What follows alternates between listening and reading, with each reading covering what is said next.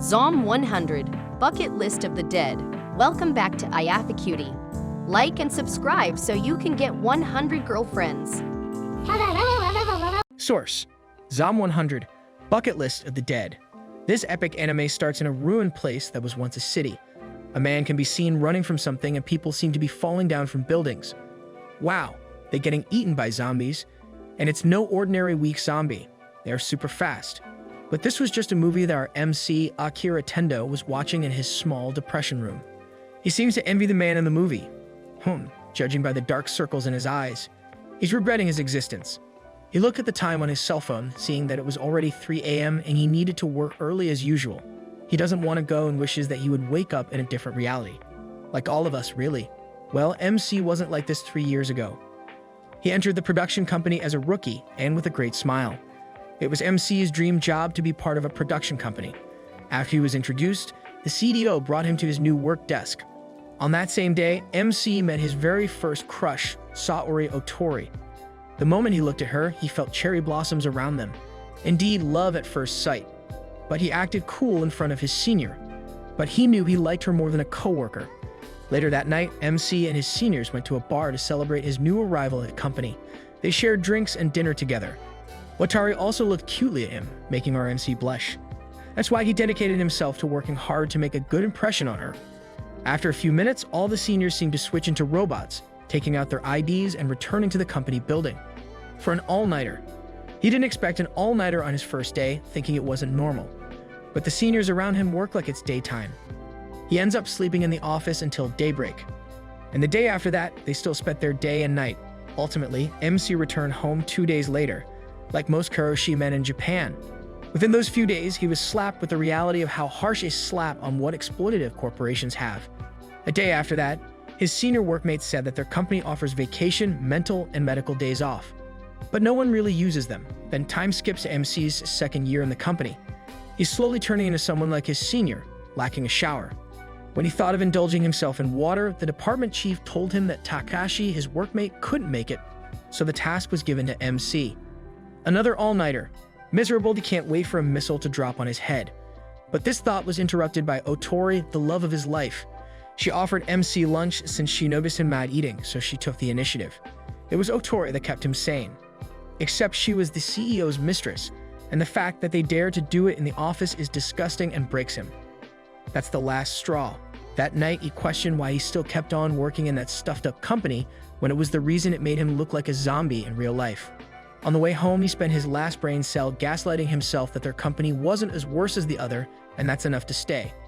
It's a coping mechanism, don't blame me. His third year in the company went by fast, and nothing improved or changed. His mental health was down at the core at that point. He just don't want to keep living anymore, so he can't go to work. But what seems to be a hell-bound loop would finally come into a big change. Morning came in a blink of an eye, and he saw a ticket by his door. Apparently, he forgot to pay for his bike space rental, so he went to the building manager's office to pay it off. But something seems different. No one was responding, and he noticed someone getting eaten. Not in that way. It was a zombie, and the moment it sensed MC, it chased him away. The chaos around him made him conclude that he no longer had to work. That fact alone was enough for his smile to grow back on his face again, that he was happily escaping from his death. This was what Gen Z people asked for after the pandemic. What was once his monochromatic world has now gained color with people's blood looking like paint. He didn't even notice how blue the sky was and how red his blood was if he wasn't getting chased down by a mass of zombies. I guess our MC is short of becoming a sadistic person. After escaping from the zombies, he took his time to gather his breath and let the feeling of freedom sink in. But the thought of Otori came to mind, and he wished she was safe somewhere around the city. He then sets his goal for today. Confess his feelings to his crush.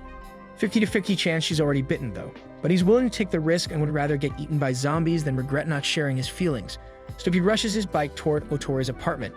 People around Japan are experiencing this sudden epidemic of zombies, but here's our MC, being a hopeless lover boy. The sun set and MC finally stand in front of Otori's apartment door. He saw the CDO, who became a zombie. MC wasn't surprised to see him there.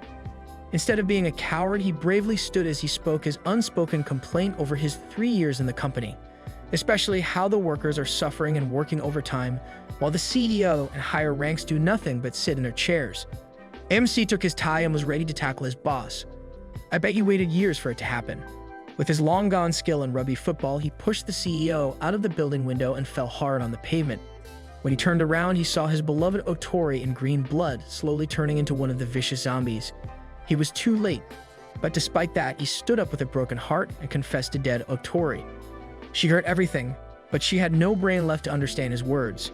She attacked him and MC dodged her and then left as a farewell to his first true love. Do tell me that was a beautiful exchange of love. It was MC's first night in this chaotic world.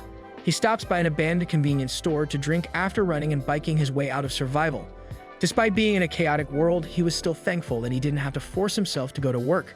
He also knows that death is uncertain and he doesn't have enough time to do everything he wants. But with a new sense of confidence, he stood up and went to the convenience store to pick up a notebook and a pen to list 100 things to do before becoming a zombie. In the first scene, we see MC's pathetic situation while he is stuck at his job as a salary-enslaved person.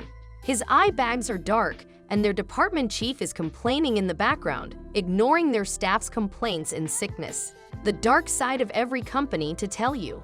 He kept banging the table beside him until blood spilled on his hand and face. MC jerks up on his bed, apologizing to the imagined department chief. It's muscle memory.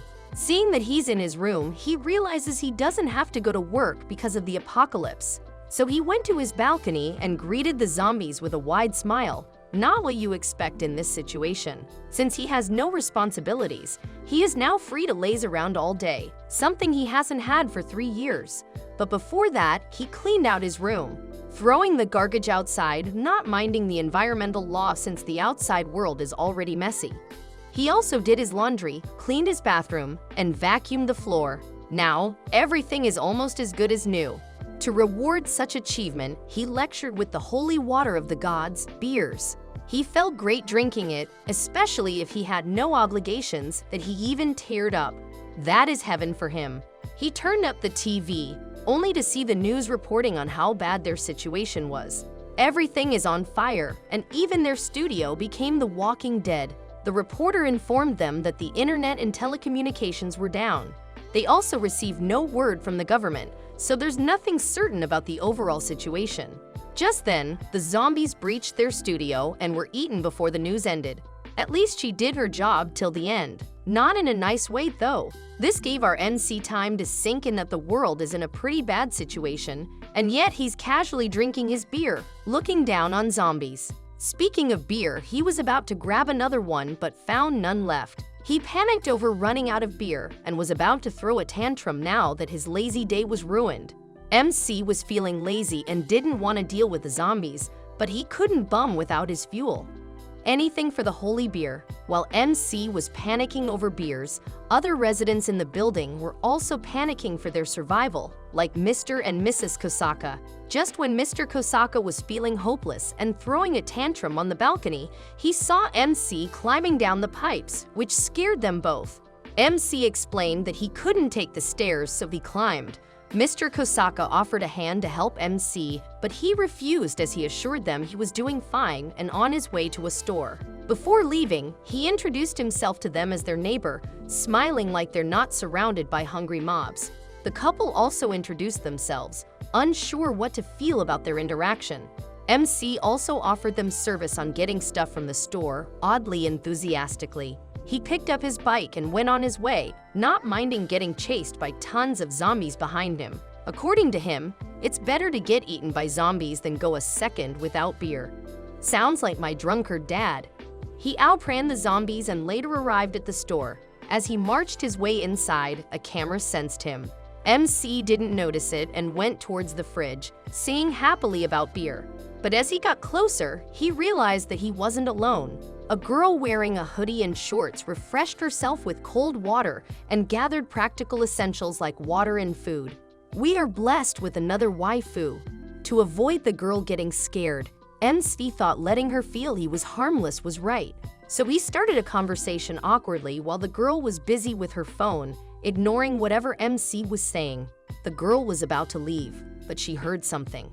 MC was persuasive to her, so he proposed exchanging contacts as survivors. The girl refused to do so, stopping MC midway. She said she didn't want to team up with someone who decided to risk it all just for some beer cans. She sees MC as someone who doesn't know how to analyze the risk, not wanting her chance of survival to decrease. She wasn't wrong to think that. Meanwhile, a truck can be heard going around their route. Zombies chasing MC are also making their way inside the store. MC noticed this and tried to defend the girl from the zombies, but as he got in front of her, she grabbed his hoodie and tossed him the other way. Just when the truck hit the zombies, killing them all. Call that double dead. They stumbled from the impact and the girl fell on top of him, leaving him dumbfounded that he didn't even realize she was gone. My man got a flash of heaven's sight. He understood what she said and even he agreed. But the thought of her being pretty and badass still lingered on his mind, and he almost didn't notice he got no ride. He was panicking for a bit but saw a scoot on the side. He got a good upgrade and rode his scooter faster with less hassle. Scooters, mopeds, and bikes are littered everywhere with keys since the apocalypse started during rush hour. On his way home with a new ride, he realized he could have a better upgrade as much as he wanted. So he looked around and saw something much better than a car. MC found his dream motorcycle and was happy to bring it back home. A Harley is indeed the ultimate upgrade. The sun sets, and he finally arrives in the apartment's building. But first, he stopped at Mr. and Mrs. Kusaka's apartment to bring them their necessities, only to find the house empty and full of blood everywhere. I guess the zombies made them crazy to make wrong decisions. This gave our MC time to realize that he could die anytime or 60 years later. According to him, life's too short to avoid taking risks. With that, he grabbed his pen and notebook to list everything he wanted to do as a kid and a free man. He had already scratched some of what he did, like his tragic confession to his crush. He managed to make 30, which wasn't enough. So he got into thinking and his parents flashed into his mind, so he listed the things he wanted to do with them and his friends. He was satisfied by it and called it a night. I wonder how he can travel in that kind of situation. Before continuing, let's go back 24 hours earlier, but on the girl's POV. Her name is Shizuka Mikazuki. She started her day very early and started doing exercise, running on her treadmill for an hour while listening to the TV news report. She's been doing her best to keep fit ever since such an endemic. I admire her survival instinct. After her exercise, she tried to contact the office from Lei, but no response. So in the meantime, she lists the things she needs and the goals she must maintain, like keeping herself fit, composing her mind, and even reducing her sugar intake. She is that strict. Afterward, she watched a movie about zombies with a terrible ending just to study the type of zombie there is. She concluded that there are two types of zombies, the slow ones and the fast ones. Meanwhile, she noticed that two types of zombies exist in their world. She studies them using her binoculars, looking down from her apartment and examining everything. Yes, she is that dedicated to surviving. Still, she needs raw data to conclude her research and see the zombies in person. Since she also needed to gather supplies, she grabbed her bike and prepared to venture into the outside world. She set up a camera on her bike, controlling it with her phone. After arriving at the store, she set up the bike facing the road and went inside as she grabbed her food and necessities. She sees a sugary cupcake but hesitates since she has a goal to maintain. While MC does anything for a beer, Shizuka does everything to survive. As she drank her water, she saw MC happily marching inside the store and noticed a bunch of zombies chasing him slowly. She acted cool before MC could see her and concluded he was harmless. Maybe he also looks like an idiot grabbing tons of beer despite the epidemic. Although she must act immediately to avoid getting devoured by the zombies, so she leaves. Except she heard the sound of a car horn and saw a truck running wildly with a zombie driver. As cliche as it may be, she knew the truck would hit the store window, so she spoke to MC and refused to team up with him just to buy some time. Waiting for good timing. I bet she watched too many movies to know this. Since MC then decided to take the risk and defend her, something she didn't expect him to do. She grabbed his collar on purpose to save him. As she expected, the truck hit the store and crushed the zombies. Since it made too much noise, she took no time and grabbed groceries before leaving with her bike. The sun was setting and she made it home safely. Her food, water, and supply are now secured. She also managed to get the data she needed after an intense day. So she went back to the footage she had captured and studied the patterns in the behavior of the zombies she encountered that day. But as she was browsing frame by frame, she came across MC smiling enthusiastically, chanting about beer.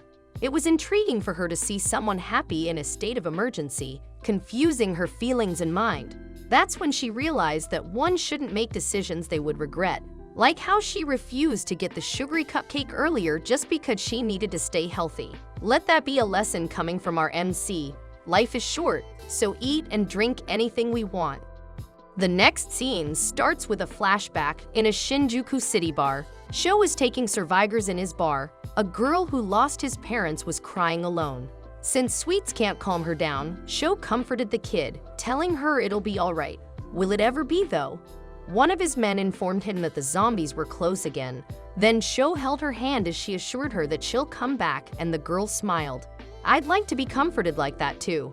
Afterward, the men and Sho went outside after gathering their Molotovs and bats, preparing for action.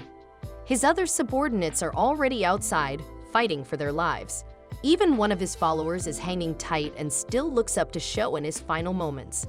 Sho made it outside the chaos and saw how terrible it was, so he called out his men for war with the zombies. Meanwhile, our MC was riding his new Harley, just arriving at the city of Shinjuku, infested with maid zombies.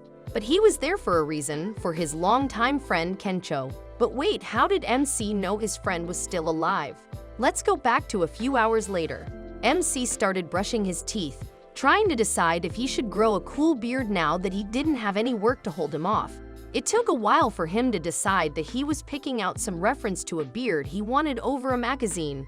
Is that Ryan Reynolds? For a better visual, he drew a beard on his face, wondering if he would look cool as Reynolds, but he turns out to be a homeless man who cracks in a sewer. So he decided to shave it but still crossed out his number 10 bucket list. He got out of the shower and saw a bunch of message notifications on his phone.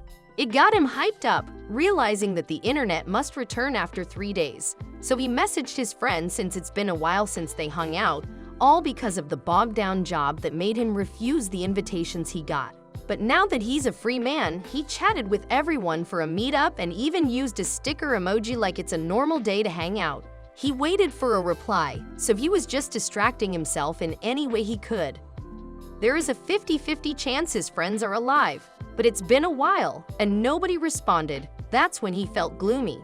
At that moment, the MC realized that he can only use his phone now because the internet traffic is down, which means there aren't as many people using it. Indeed, he's now regretting the time that he could have spent with his friends instead of the overtime he did his work. Meanwhile, he started scrolling through his phone and saw on his contacts his friend Kencho. Given this point, he remembered his friend's last words to him since their last meeting and said guys like Kencho will just lay down and die. Conversely, in a part of the city full of zombies, we can now see Kencho in a room in Shinjuku breathing hard as if he ran 1,000 miles. While peeping on the door of the room, one zombie saw him and rushed towards him, which made him immediately close it. At this moment, as he locked the door, he collapsed. It's been 3 days since it all happened and only water is what he's taking up, indeed worst of all.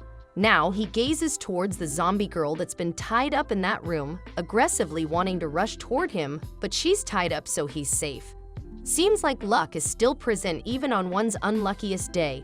Subsequently, his stomach is now rumbling. He's starving. As he closed his eyes, he saw the MC laughing as if there was no tomorrow. While the scene is flashing in his mind, he then asks himself why he is thinking of the MC now. Simultaneously, he's starting to feel the pain in his side. After a second, he figured out why. It was because the MC always laughed at his stupid jokes. In a snap, his remembering session halted when his phone vibrated. As he checked it, shock registered on his face as he saw that the MC was calling him. As his sweat dropped, he answered the call. As he asked if it was the MC, our MC lively answered back and was amazed that Kencho picked his call up. Given this point, the MC didn't give him a chance to talk and continue his lightning talking as if there's no apocalypse happening in their place. When the MC heard Kencho's voice, he immediately asked what was wrong because of him sounding down. In return, Kencho asked the MC why he sounded so hyped. Right, Kencho, he's the only person hyping out in this kind of situation. At that moment, the MC replies he will tell him about it when they meet and ask Kencho where he was. Kencho replied that he was in Shinjuku. Upon hearing it, without hesitation in his voice, the MC replies that he will be right over. Simultaneously, Kencho halted him and uttered that it was impossible and shouted to the MC to forget about him. But then, our MC halted him as well and assured him that it will be fine, commanding Kencho to text his address and hang up the call. Given this point, MC, riding his motorbike, rushed towards the city of Shinjuku. On his way, the MC remembered his memory together with Kencho. According to him, back in college he and Kencho went through a lot together during their 4 years in their rugby club. Indeed, Kencho was a handsome, smooth talker. But despite being popular, he'd go all out to be the life of the party. He was his closest friend. Kencho became a big-time real estate agent after college. With his natural talent for communication, things were smooth sailing for him at his job, unlike what MC had. This friendship balances nature. A few years back at the bar, Kencho was bragging about how he got a model, while MC was looking like a zombie. In addition to MC's misery, Kencho showed his model girlfriend's picture. However, for MC, Kencho is having the best time of his life, while his soul is getting crushed in the gears of an exploitative corporation. Kencho knew that MC wasn't having a great time in his company and advised him to quit. It was MC's last straw, and he exploded with an angry face at how stupid Kencho looks like bragging about his wonderful life, until things got heated and they ended their drink on bad terms. Back to the present, MC felt bad for what happened that day and want to make up for it. He thought it through and used a car horn for distraction, luring every zombie in the area and even saving Sho. It's crazy how someone who has nothing to lose can be psychotic. After the coast was clear, MC made his way to the hotel where Kencho was. Meanwhile, Kencho wasn't sure what happened, but seeing that the corridor was clear, he went towards the exit. As he slowly approached it, he was jump-scared by MC, who was sneaking on his shoulder uttering his name. Upon doing it, Kencho was startled as he faced MC's direction. With shock on his face, Kencho uttered this belief that the MC came. Simultaneously, MC's tears drop. While crying, he uttered that Kencho is right this whole time, that he should just quit a company like that. But instead of listening to his advice, he got jealous of how successful and happy he was. He got annoyed and took his anger out on him even though they're friends. As his tears flow down and his head gazes on the ground, the MC apologizes to Kencho. Upon hearing it, Kencho uttered in disbelief that the MC went all the way there to do that. As Kencho is about to tell something to our MC, tons of zombies suddenly come out and rush toward them. Consequently, both of them became alarmed and their only choice at that moment was to go up. Now I'm starting to bite my nails. As they went up, the zombies still followed them. When they reached the rooftop, Kencho tried to shut the door, but the zombie was too much to handle. This time, the MC carried an old aircon and put it behind the door. Subsequently, together with Kencho, they put all of the remaining aircon behind the door, but then it wasn't enough. Sooner or later, the zombie will get through. Given this point, Kencho is now losing his mind and shouting at the MC, asking what they should do, now that they reached a dead end. MC let out a sigh. He replied, they should jump to the other building. All they gotta do is to have a leap of faith. Of course, if you were MC's friend in this situation, without eating any food for 3 days, you would think it's a messed up plan. Kencho opposed MC's idea, stating that it is impossible. Regardless, our MC positioned as if he's about to jump, replying to Kencho, not even listening to him. My man has no fear in his life. MC ran and jumped over and successfully landed on the next building. MC is hyping up, telling Kencho to hurry and get over there. But then, Kencho stepped back and apologized to MC, adding that he thinks that he can't jump that. As the zombies started to push the door, Kencho confessed to MC. There he uttered the truth behind his job. He didn't enjoy his job at all. Day after day, he had to smile at people while lying to their faces. He tricked them into bad contracts. The praise from the higher-ups, the company's acknowledgement, the gorgeous models he dated, and dining out with big-time politicians and famous athletes didn't make him happy at all. He's having that money can't buy happiness moment. At this point, Kencho burst out in tears, telling that he was just lying to himself to feel less empty inside and apologized to the MC. Who's sobbing? Upon hearing it, the MC smiled and mentioned Kencho's fun-loving panache side. Considering what he heard, Kencho's dream was to be a stand-up comic made his decision turn sideways. As the MC shouts for him and the zombie is rushing towards him, Kencho jumps over and removes all his clothes, which makes the MC burst into laughter. Amidst the MC's laughter, Kencho's jump isn't enough, and now he's holding onto his life to the side of the rooftop. When he's about to drop, MC reached his hand. Subsequently, when the evening came, as they talked about their life in front of a bonfire, they both laughed and enjoyed their time together. The next day starts with MC enjoying his game, while Kencho was preparing a feast for a stay-at-home camping for them. MC praised him for being an amazing cook, believing his popularity was the reason.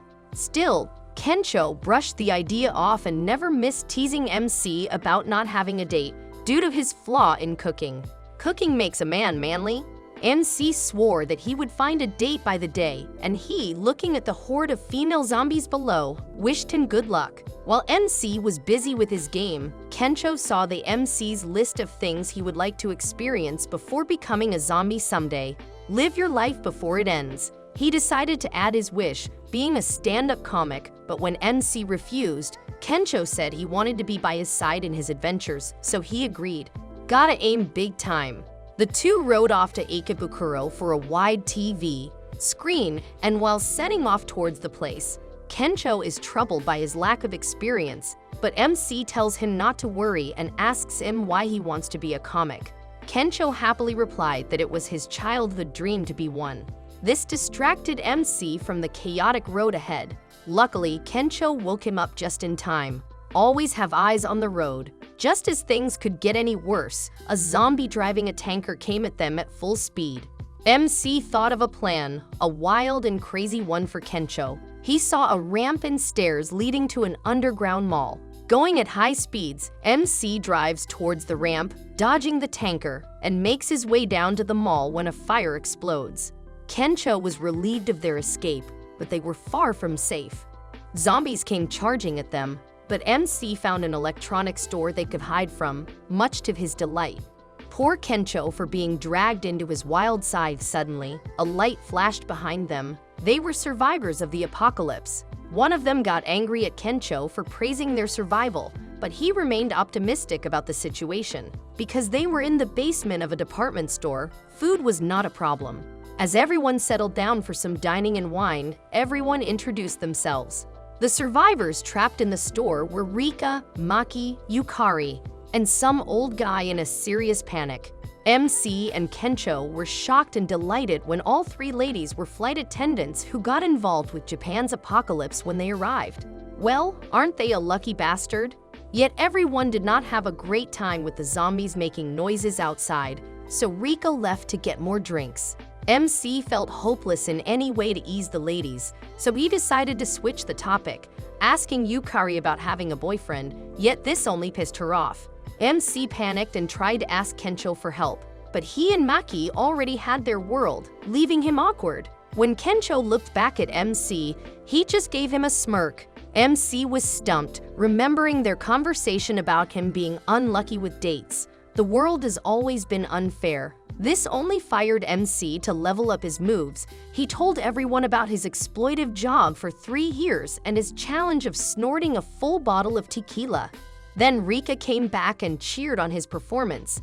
Kencho also joined in the fun dancing and laughing in front of everyone, with MC completely knocked out, thus enjoying their time despite being trapped in the dark basement. Because of his unnecessary but successful performance, MC threw a massive vomit at one of the comfort rooms, slightly regretting his decision. Yukari approached him and helped with his unwell stomach. He thought he still had a chance for a date. With a single gentle touch, MC thought he had a chance. He is so touch-deprived. As the zombies still paraded the basement exit, the drunken Rika complained non-stop about her work and its unfair world, while the old guy tried to surpass the urge to turn into a zombie since he was bitten by one on his leg.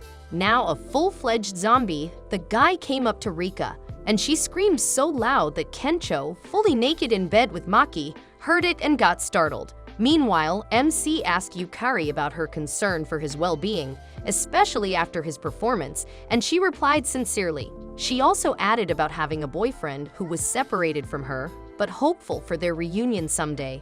How lovely to have that kind of love life, huh?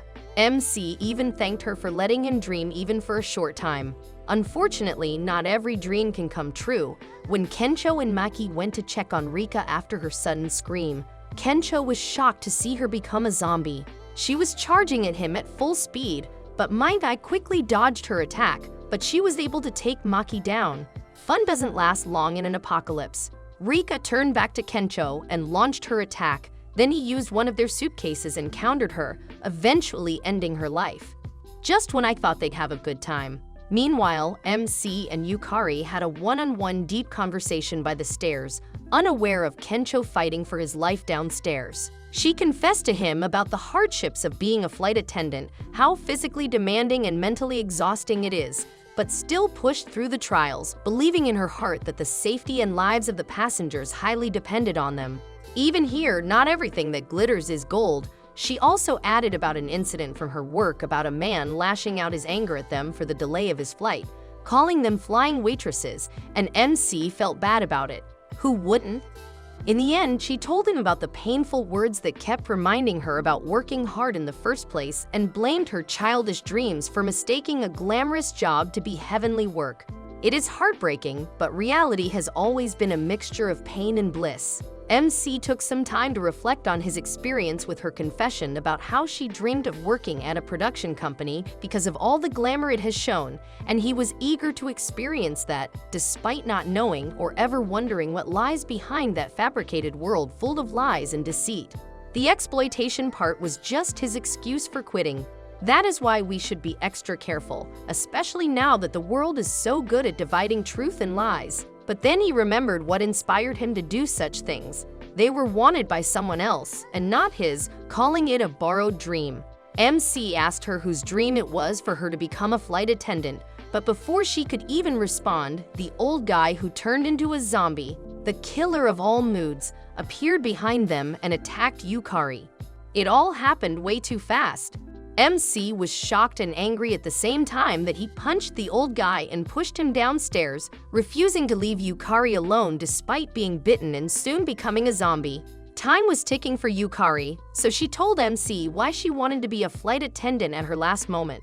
It was all because of her memorable first flight as a kid when a flight attendant rubbed her on the back, just like she did to him. Caring for people at difficult times has been her dream from the start. Even in her last moment, she could smile at MC right before that old geezer ate the woman. There goes MC's chance to get a girlfriend. MC smiled and hoped to find his real dream job soon. As the old guy came charging fast, Yukari pushed MC upstairs, thanking him for the wonderful last moments of her life before departing the living world. Another day, another trauma for MC. As MC runs back to Kencho crying, ready to dump trauma into him, Kento tells him about escaping fast as Maki is after him. Still, he also gets the widescreen TV that MC badly wanted. With that alone, MC almost forgot what happened and laughed at his psychotic friend, who was probably infected by his carefree personality. We all need this kind of friend in real life. The two escaped the basement and rode home with a brand new TV to play zombies. As the sun begins to fade, Kencho prepares their food while MC enjoys his time with a brand new TV. How it started can also be how it ends, huh?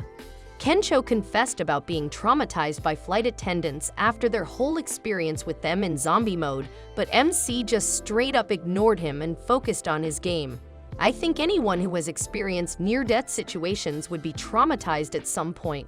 His mind went back to when Kencho talked and fought for his dream, as well as Yukari, who was happy with his dream. It made him realize that he lost his dreams years ago, so he made it into a mission. He grabbed a pen and wrote another wish on his list to remember his childhood dream. He returned to his controller and restarted his game, more fired up than ever. This is called resilience, and it's a skill.